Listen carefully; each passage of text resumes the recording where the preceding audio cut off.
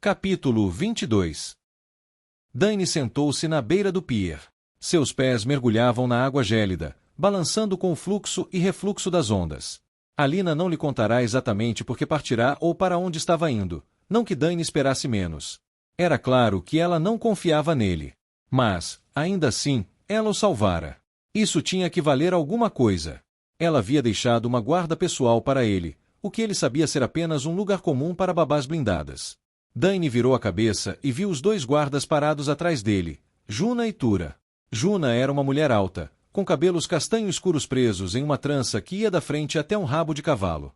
As laterais da cabeça eram raspadas, revelando as tatuagens de tinta preta que espiralavam da frente para trás, as marcas da casa vaquira.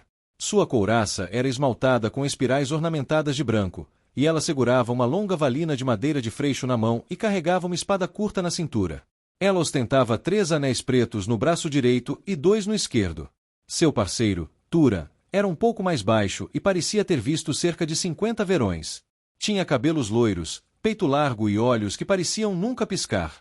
O verde e o dourado de suas saias blindadas o identificavam como membro da casa Deringal, e as tatuagens em forma de anel que percorriam seu braço esquerdo o identificavam como mestre da lâmina. Alina certamente não se arriscara. Não que ele a culpasse. Mas estava curioso para saber para onde ela tinha ido. Ela não poderia ter retornado a Redstone, não depois do que fizera por ele, mas uma coisa que ele lhe tirara. Ele perguntara a Juna e Tura, mas eles não eram exatamente um casal falante. Os nomes deles fora tudo o que ele conseguirá até então, e mesmo isso era como tirar sangue de uma pedra, principalmente com Juna. Ele ainda não havia experimentado cerveja. Isso costumava soltar os lábios. Ele tentaria naquela noite. Inclinando-se para frente, Dany apoiou os cotovelos nos joelhos. Ele olhou para o porto de Sormold, abrigado na montanha abaixo da cidade que lhe deu o nome. O fato de aquele grupo improvisado de rebeldes ter conseguido encontrar magos artesãos suficientes para construir tal fortaleza já era impressionante por si só. Mas mantê-la escondida era ainda mais. 4 barcos estavam atracados no porto, juntamente com um navio um pouco maior, semelhante àquele em que ele havia chegado. A maioria carregava caixas de frutas, carne, vegetais e roupas, suprimentos necessários à sobrevivência. Mas outros carregavam pilhas de armas e armaduras, flechas, espadas, lanças, escudos. Os navios que transportavam armas e armaduras eram quase sempre navios Coraclon. Mesmo que não fossem as marcas azul claras nas velas, as esculturas distintas da Lula Oranak, o símbolo da casa Coraclon, que ficava na proa dos navios deixavam isso claro. Esses navios vinham e partiam de Ironcrek. Os navios que Dany observava, porém, eram os que traziam laranjas. Não quaisquer laranjas, mas laranjas maiores que o seu punho, com casca grossa e ondulada. Um desses navios havia chegado 3 horas antes, e a tripulação estava agora afrouxando as amarras para zarpar na viagem de volta. Dany girou a ampulheta na cabeça, anotando o tempo entre a atracação, o descarregamento e a zarpada. Variava um pouco, mas geralmente era em torno de 2 horas e meia, dependendo da tripulação. As tripulações pareciam se revezar nas viagens, cada uma fazendo uma viagem em cada 2. Essa tripulação em particular sempre levava pelo menos 3 horas entre a atracação e a partida. Uma das mulheres mancava da perna esquerda, o que os atrasava. A razão pela qual ele dava atenção especial aos navios que transportavam as laranjas era porque apenas um lugar em Valtara cultivava laranjas daquele tamanho, os pomares de Redstone. O aroma perfumado daquelas laranjas permeou toda a infância de Dany. Quando ele tinha apenas 5 verões, uma delas caiu de um galho alto e o deixou inconsciente. Dany soltou uma risada ao se lembrar de acordar com Marlin sacudindo-o pelos ombros. Provavelmente foi a única vez que se lembrou do comissário proferindo uma maldição. Mas, mais importante do que a nostalgia, se o navio transportava laranjas dos pomares de Redstone, isso significava que vinha de Esquifel. O que, por sua vez, significava que Dany havia encontrado um caminho de volta para a cidade. Ele não pretendia tentar deixar Sormold antes do retorno de Alina. Ele a havia deixado uma vez e não faria isso de novo. Mas velhos hábitos custam a morrer, e conhecimento nunca é uma coisa ruim. Então, ele anotou tudo no livro Razão que guardava em sua mente. Mapeando e avaliando cada navio, cada tripulante, seus hábitos, suas enfermidades e seus pontos fortes. Ele anotou os horários de chegada dos navios, quais navios carregavam o que e para onde esses navios iriam. Quando o navio que trouxera as laranjas se afastou do porto e se dirigiu entre as 2 plataformas que se projetavam na água, uma sombra tremeluziu acima, passando por Dany e depois se movendo sobre a água. Dany observou a sombra se mover pelas ondas ondulantes, mudando de direção e retornando. Ele ergueu a cabeça bem a tempo de ver um borrão avermelhado passar por ele, com o bater de asas ecoando em seu ouvido. O bater de asas diminuiu e arquejos ecoaram atrás dele. Dany se levantou, virando-se ao mesmo tempo. À sua frente, logo depois de Juna e Tura, com o pescoço esticado no ar, estava uma serpente alada. A criatura era do tamanho de um grande cavalo de guerra, com a cauda serpenteando atrás. Seu corpo era coberto por escamas vermelhas sobrepostas, que iam ficando mais claras na barriga, adquirindo uma cor creme. Os músculos do pescoço da serpente ondulavam a cada movimento enquanto ela virava a cabeça. Um par de olhos dourados, brilhando de inteligência, observava os arredores. A cabeça e o focinho da criatura eram curtos, com mandíbulas poderosas e dentes afiados como navalhas. Um par de membros dianteiros grossos se abria em asas coriáceas que se estendiam para trás, conectando-se ao corpo da criatura. Dany o encarou, espantado. Não via uma serpente tão de perto havia mais de uma década, desde que fora exilado. E, sinceramente, nunca imaginara ver uma novamente. A mulher que desceu da cela sobre o dorso da serpente alada vestia uma armadura de couro preto e laranja, um capacete de aço enegrecido no típico estilo valtarano e uma espada presa à cintura. Ela passou a palma da mão pela mandíbula da criatura, sussurrando algo em seu ouvido. Com uma rajada de vento e o bater de asas, a serpente alada decolou, erguendo-se no ar e subindo em direção às alcovas no topo da enorme caverna. Dany Ateris, ouvi rumores de que você havia retornado. A voz da mulher era familiar, uma lembrança distante e nevoada pelo tempo. Ela passou por Juna e Turan como se eles não estivessem ali. Os dois guardas nem sequer pensaram em protestar. Em vez disso, fizeram uma leve reverência à mulher antes de saírem do seu caminho, tímidos como ratos. Dany não esperaria menos. Afinal, ela era uma cavaleira de Vivern. Devo saber com quem estou falando? Perguntou Dany, erguendo uma sobrancelha e se esforçando ao máximo para esconder a leve apreensão que lhe tomava o estômago. Mesmo que ainda fosse um membro respeitado da casa Ateris, precisaria tomar cuidado com as palavras perto de um cavaleiro viver. Você ficou fora por tanto tempo que esqueceu aqueles que deixou para trás. A cavaleira colocou as mãos em cada lado do capacete enquanto falava, levantando da cabeça para revelar um rosto de pele bronzeada, com 3 marcas de garras que iam da testa, parando logo acima dos olhos antes de descer até o maxilar. Seu cabelo castanho estava preso para trás, raspado nas laterais, e seus olhos brilhavam como 2 poças de azul. O coração de Dany disparou, um arrepio palpável percorreu sua pele. Seu peito se apertou, como se algo estivesse segurando seus pulmões. Mera! Então, você se lembra de mim? Mera continuou a caminhar em direção a Dany, seus passos diminuindo à medida que seus olhos o observavam. Claro que sim. Dany inclinou a cabeça, percorrendo cada linha do rosto dela. As cicatrizes eram novas. Combinavam com ela. Assim como as pequenas rugas nas dobras dos olhos. Combinavam com ela também. Eu. Não precisa, disse Mera, erguendo a mão e com um sorriso suave no rosto. Você está viva. É só isso que importa. Ela passou por ele, tirou as botas de montaria de couro e as meias antes de se sentar na beira do porto e soltar um suspiro de alívio ao mergulhar os pés na água. Você vai se juntar a mim? O silêncio pairava no ar enquanto Dany e Mera estavam sentados à beira da água. Não era um silêncio desconfortável, mas também não eram daqueles silêncios confortáveis e sem esforço entre velhos amigos que simplesmente se contentavam na presença um do outro. Havia coisas que precisavam ser ditas, muitas coisas. Coisas que Dany não sabia como dizer. Ele fechou os olhos, ouvindo o farfalhar repetitivo das ondas enquanto elas se moviam para frente e para trás, criando coragem. Então, você é um cavaleiro de viver agora, disse ele, abrindo os olhos mais uma vez. Claramente. Dany sorriu. Se havia uma coisa que não havia mudado, era o senso de humor de Mera. Ele se virou para ela, tirando os pés da água e dobrando-os à sua frente. Posso ver? Por um momento, Mera hesitou, com os olhos fixos nos de Dany, mas então assentiu. Com cuidado e prática, puxou as pontas dos dedos das luvas de couro que cobriam suas mãos, afrouxando-as antes de retirá-las completamente. Dany segurou as mãos de Mera, com um sorriso estampado no rosto enquanto examinava as marcas do cavaleiro viver tatuadas em sua pele. Tinta preta cobria cada um de seus dedos, transformando-se em linhas finas nas juntas dos dedos, antes de se juntarem nas faixas pretas que circundavam cada pulso. Muita coisa mudou desde que você foi embora. A voz de Mera era suave, mas havia um toque de veneno em suas palavras, quer ela quisesse dizer isso ou não. Não foi minha escolha. Você sempre tem uma escolha. Dany sustentou o olhar de Mera, sem piscar, inflexível. Desta vez, não. Você poderia ter me contado. Mera ergueu o olhar da água, com uma mistura caótica de ferocidade e tristeza nos olhos. Eu teria ido com você. Foi por isso que eu não te contei, disse Dany, desviando o olhar de Mera e fitando a água com um olhar vago. Ele se lembrava da noite em que partirá com mais clareza do que de qualquer outro momento de sua vida. Aquilo estava gravado em sua mente. Lembrava-se de estar do lado de fora dos aposentos de Mera, com a mochila presa às costas e lágrimas brotando dos olhos. Pensara em contar a ela o que estava acontecendo. Pedir que fosse com ele. Mas isso seria egoísmo. Sabia muito bem que ela teria ido com ele, assim como ele a teria acompanhado se estivesse em seu lugar.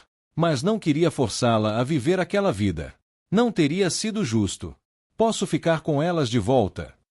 Dany levou um momento a mais do que deveria para perceber que ainda segurava as mãos de Mera, o polegar traçando a linha de tinta que contornava o pulso dela. Sentirá falta da sensação da pele dela, do toque das mãos dela nas suas. Desculpe, eu. Um sorriso se formou no canto da boca de Mera. Não precisa se preocupar. Isso também é estranho para mim. Nunca pensei que te veria de novo. Nem eu, nem você. Dany hesitou por um instante. Sabia a pergunta que queria fazer, mas não tinha certeza se deveria fazê-la. Mera, você sabe para onde minha irmã foi? A expressão no rosto de Mera mudou. Ela se afastou dele e seus olhos escureceram, impassíveis. Droga, por que sou tão idiota? Foi bom ver você, Dany, disse ela, trocando as luvas, as botas e as meias antes de se levantar. Mas tenho coisas para fazer. Dany se levantou de um salto, segurando o braço de Mera enquanto ela se virava para sair. Mera, se tem algo acontecendo que possa colocar a Lina em perigo, eu preciso saber. Ela vai ficar bem, Dany. A Lina sabe se cuidar. Dany sustentou o olhar de Mera. Mera, por favor. Mera olhou por cima do ombro para Juna e Tura, que fingiam desinteresse, mas claramente se esforçavam para escutar. Ela o puxou para um abraço e sussurrou em seu ouvido, esta noite, no descanso de Aldin. Vou marcá-lo para você. Dany assentiu. Só preciso me livrar da minha guarda pessoal primeiro. Acontece que tanto Juna quanto Turan gostavam bastante de cerveja. Tão apegados, aliás, que, enquanto Dany escalava a parede rochosa da caverna em direção ao repouso de Aldin, deitaram-se de bruços à mesa da estalagem. Bastou um par de moedas de prata para que o estalajadeiro os levasse para um quarto. Provavelmente iriam querer a cabeça de Dany espetada numa estaca quando acordassem, mas isso era assunto para outro dia. Rangendo os dentes, Dany ergueu o braço, os dedos agarrando a borda da rocha. O suor escorria de sua testa e ardia em seus olhos. Os músculos de seus ombros se contraíram, gritando de dor. Ele não ousou olhar para baixo. Alturas não assustavam, mas só até certo ponto. Qualquer homem que se pendurasse na beira de uma queda de 60 metros sem medo era um homem sem juízo algum. Apoiando a testa suada contra a rocha, Dany riu. Não uma risada calorosa, ou uma risada que se acumulava em seu peito, mas o tipo de risada que só poderia vir de alguém que de repente percebeu que estava fazendo algo completamente estúpido.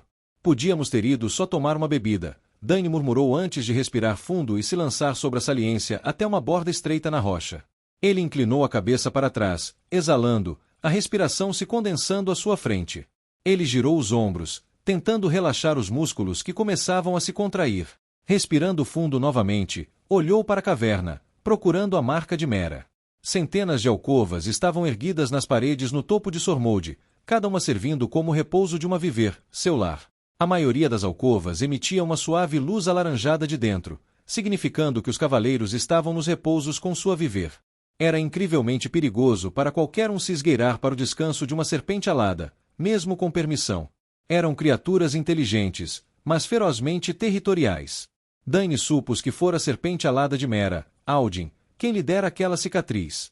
Dany já vira mulheres sofrerem ferimentos muito piores para se tornarem cavaleiras.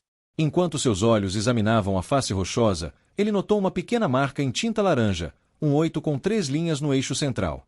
Era o símbolo que seu pai usará como sinal da segunda rebelião, a rebelião que nunca aconteceu. Todos os ciclos podem ser quebrados, meu rapaz, disse o pai de Dany, traçando com a mão um 8 desenhado grosseiramente com giz na parede. Mas eles não se quebram sozinhos, não enquanto pessoas boas estiverem por perto. Seu pai traçou 3 linhas retas no centro da forma espiralada. Qualquer coisa pode ser quebrada com força de vontade suficiente. Quaisquer correntes, quaisquer laços ou amarras.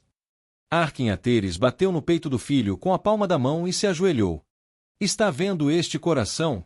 É o coração da casa Ateres. Ele bate em você, bate em mim, na sua mãe, na sua irmã e no seu irmão.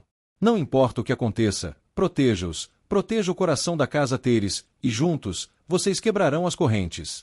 Valtara será livre. Pela lâmina e pelo sangue. Afastando-se dos pensamentos, Dany procurou um caminho em direção à alcova que ficava abaixo da marcação. A alcova ficava do outro lado da caverna, com uma luz de fogueira emanando de dentro. Era longe demais para se pendurar com fios de ar, e ele só conseguia ver 2 maneiras de atravessar: para baixo e para cima, ou contornar todo o caminho. Porque ela não podia simplesmente ter lhe mostrado. Ele soltou um suspiro, murmurando para si mesmo: eu não vou subir de volta nessa coisa. Soltando um suspiro, Dany desceu novamente da saliência. Dany levou mais meia hora para contornar a caverna até a alcova de Mera. Ele fez uma careta, libertando as mãos da fenda na rocha. As pontas dos dedos estavam rachadas e sangrando, assim como as almofadas dos nós dos dedos na parte interna das mãos. Suas costas estavam a cerca de 2 minutos de ceder, e um longo corte corria por sua canela, onde ele havia perdido o equilíbrio e quebrado a perna em uma pedra afiada. Mas ele estava lá. Com uma última tensão muscular, Dany se jogou na alcova marcada com o símbolo laranja. Ele suportou o impacto da aterrissagem com as pernas dobradas, rolando para frente, apoiando-se nos calcanhares. Um hálito quente percorreu sua cabeça e rosto, o cheiro de saliva e o odor fétido de sangue fresco invadindo suas narinas. O coração de Dany batia forte quando ele ergueu a cabeça. Fez de tudo para lutar contra seu reflexo natural de alcançar a centelha. O dragão, Aldin, estava diante dele. Seu pescoço estava esticado para baixo, seu corpo poderoso, tenso e pronto. As escamas vermelhas do dragão brilhavam à luz do fogo que iluminava a caverna.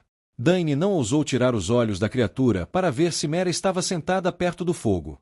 As 2 fendas na ponta do nariz do dragão se alargaram, seus lábios se retraíram para expor uma fileira de dentes brancos e brilhantes, afiados como fragmentos de obsidiana. Os olhos da criatura, poças de ouro derretido, observavam cada movimento de Dany. Pesando-o, medindo-o.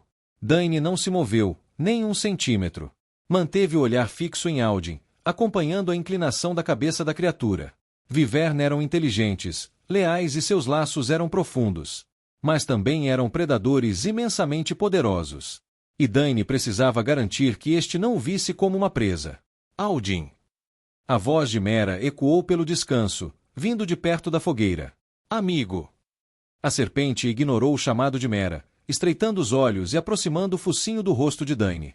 Pedaços de carne dilacerada estavam presos entre os dentes da criatura, com sangue escorrendo pela borda dos lábios. Se ele já tivesse comido, talvez não quisesse sobremesa. Dany engoliu em seco quando um rosnado profundo começou a ressoar no peito da criatura. Mas então, como se finalmente tivesse tomado uma decisão, Aldin exalou pelas narinas, soprando um hálito quente sobre o rosto de Dany mais uma vez antes de se virar para o fogo, com os músculos ondulando sob a armadura escamosa. Com o último olhar para Dany, um rosnado ainda emanando de sua boca aberta, Aldin se aninhou perto do fogo, deitando a cabeça no chão rochoso. Com a serpente alada descansando, Dany finalmente arriscou um olhar para Mera. Um sorriso surgiu no rosto da mulher enquanto ela se sentava ali, com as pernas cruzadas, a luz alaranjada do fogo projetando sombra sobre ela. Venha, sente-se. O descanso era maior do que Dany previra, estendendo-se por mais de 9 metros na rocha e dividindo-se em 4 nichos menores.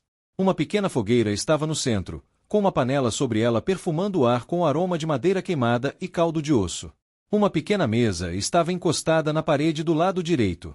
3 tigelas de barro, uma concha, 2 canecas, 2 colheres, uma pequena caixa de madeira e um bule repousavam sobre a mesa. Dany não se surpreendeu com quão esparsa e organizada a mesa estava. Mera sempre fora meticulosa com essas coisas. Espero que a subida não tenha sido muito difícil. Mera se levantou, pegou 2 tigelas de barro, 2 colheres e a concha e voltou para a fogueira. Dany podia ouvir a alegria em sua voz. Fantástico, respondeu ele, sentando-se perto da fogueira. Eu estava apenas dizendo a Juna e Turan que não tenho cortes e hematomas suficientes. Mera riu, colocando tudo ao lado do fogo. Ela enfiou a mão no bolso, tirou uma pequena lata e jogou para Dany. Para que serve isso? Perguntou ele, sentando-se ao lado de Mera e abrindo a tampa da lata. Uma lufada imediata de antisséptico atingiu suas narinas. Seiva de Brimlock. Isso é para suas mãos, respondeu Mera, com um tom de quem entende do assunto. E para sua perna. Uma dor aguda e repentina percorreu a canela de Dany enquanto ele inspecionava a lata de seiva de Brimlock. Ele puxou a perna para trás instintivamente. Puta merda, Mera! Fique quieto, disparou Mera, cravando uma agulha fina na pele ao redor da canela dele, com um pedaço de tripa de gato amarrado na ponta. Pare de ser tão infantil. Ag! Dany cerrou os dentes, ofegando enquanto Mera enfiava a agulha no ferimento. Um pequeno aviso, não. Ele não achou que o ferimento fosse tão grave. Ela provavelmente só queria vê-lo estremecer. Pronto, pronto, disse ela com um sorriso no rosto. Agora, cubra isso com Brimlock e eu separo a comida. Dany praguejou enquanto esfregava uma camada espessa de seiva de Brimlock ao longo do ferimento cuidadosamente costurado em sua canela antes de aplicá-la nas mãos e dedos. Ardia como um escorpião e cheirava pior. Ele sabia que teria que aplicar mais no dia seguinte também, e não ansiava por isso. Não importava quantas vezes tivesse sido cortado e costurado novamente, nunca se acostumaria com o cheiro forte e medicinal da seiva de Brimlock. A dor, ele sentia, mas era como o abraço de um velho amigo naquele momento. O cheiro da seiva de Brimlock, no entanto, fazia seu estômago dar cambalhotas todas as vezes. Você foi enviado pela própria Eliara, disse Dany enquanto Mera lhe entregava uma colher e uma tigela de barro cheia até a borda com caldo de osso. Mera lançou-lhe um olhar inexpressivo e depois bateu nos pontos da canela. Porra! Por quê? Mera deu de ombros. Alguém precisa te manter na linha. Alina não tem problema em fazer isso. Dany emitiu um som não muito diferente de um ronronar quando o caldo quente tocou seus lábios. Tinha gosto de casa. Nas noites frias de inverno, sua mãe sempre preparava caldo de ossos para Dany e seus irmãos, enquanto eles sentavam em frente à lareira, enquanto seu pai contava histórias antigas. Mera se mexeu. Alina sabe o que está fazendo, Dany. Com você fora.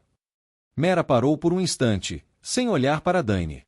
Com você fora e os pensamentos de Baren voltados para o Império, as coisas pioraram mais do que nunca.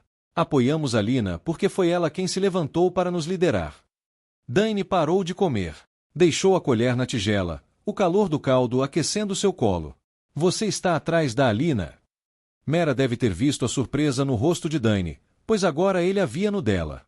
Ela não te contou. Ela não fez isso. Mera expirou pelo nariz, olhando fixamente para o fogo. Pouco depois da construção de Sormode, o conselho nomeou Alina como sua líder. Houve outros que buscaram o cargo, mas não se opuseram à decisão. Pelo menos, não abertamente. Ela é uma líder forte, Dany. Disso, não tenho dúvidas. Dany girou a colher na tigela de caldo. Tudo fazia sentido agora. Porque Alina não queria que ele se apresentasse ao conselho. Ele era o mais velho dela. Ele representaria uma ameaça à sua posição na casa Teres. Você disse que as coisas estavam ruins. Quão ruins? Eles levam 2/5 de tudo o que produzimos. Muitos morrem de fome. E, como fazem desde a rebelião, levam todos os primogênitos machos de cada família, servindo-os como alimento para o exército loriano. Os olhos de Mera estavam marejados de lágrimas, brilhando à luz da fogueira. Todas as crianças são testadas quanto à sua magia aos 10 verões, não como antes. Seus olhos demonstravam um ar de cumplicidade ao dizer essas palavras. Quando Dany era mais novo, não contará a ninguém sobre sua capacidade de tocar a centelha. Seu pai o alertara para não fazer isso, pois o Império aceitava crianças que pudessem tocar a centelha. Ele contará a Alina e Baren, mas eles eram os únicos. Embora sempre suspeitasse que Mera soubesse. Era difícil ser tão próximo de alguém e esconder uma parte tão grande de si mesmo. Eles são meticulosos agora. Qualquer criança encontrada entre 11 e 18 anos com a capacidade de usar magia é enforcada na praça principal de Esquifel, sem exceções. O coração de Dany sangrou enquanto Mera falava, e sua garganta parecia ter sido esfregada até secar. Até os Vivern. Não mais do que 5 anos depois de você ter partido, os Vivern começaram a morrer. No começo, foi lento, mas depois de um tempo, encontrávamos 10, 12, 15 vivern por dia, deitados em poças do próprio sangue. O Império nega que tenham sido eles. Eles culpam uma praga. Mas foram eles, tenho certeza. Se Alina e alguns outros não tivessem escondido um estoque de ovos, e se não tivessem mandado construir Sormode por Alaman Craftsmages, todos teriam desaparecido. Todos eles. O olhar de Mera se voltou para Aldin, que jazia encolhido do outro lado da fogueira, o peito inchando lentamente antes de voltar a cair, movendo-se em um ritmo metódico. Mera, eu não consegui, não havia escolha. Dane vasculhou a mente desesperadamente em busca das palavras certas.